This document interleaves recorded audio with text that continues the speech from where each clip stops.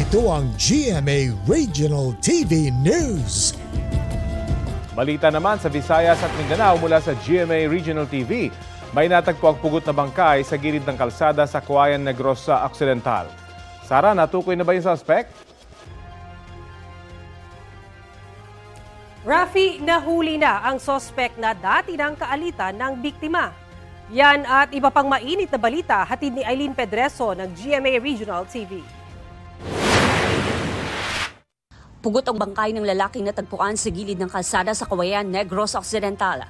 Ayon sa pulisya, bumili sa tindahan ng biktima nang biglang dumating ang suspect na may dalang itak. Sinubukang tumakbo ng biktima pero naabutan siya at saka pinagtataga. Napag-alamang dati nang may alitan ng dalawa. Nakakulong na ang suspect at naharap sa reklamong murder. Wala siyang pahayag. Sa Bugo, Cebu, namatay sa sunog ang isang babaeng 1 taong gulang.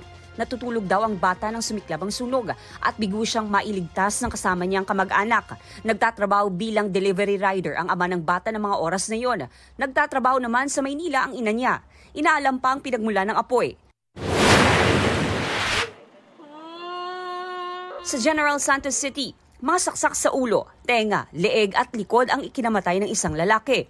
Ang sospek, kasamahan niya sa trabaho. Agad siyang naaresto at naabutan pang hawak ang itak na ginamit sa krimen. Aminado ang sospek at sinabing nagawa niya ang krimen dahil nagbanta raw ang biktima na papatayin siya sa kanyang pagtulog.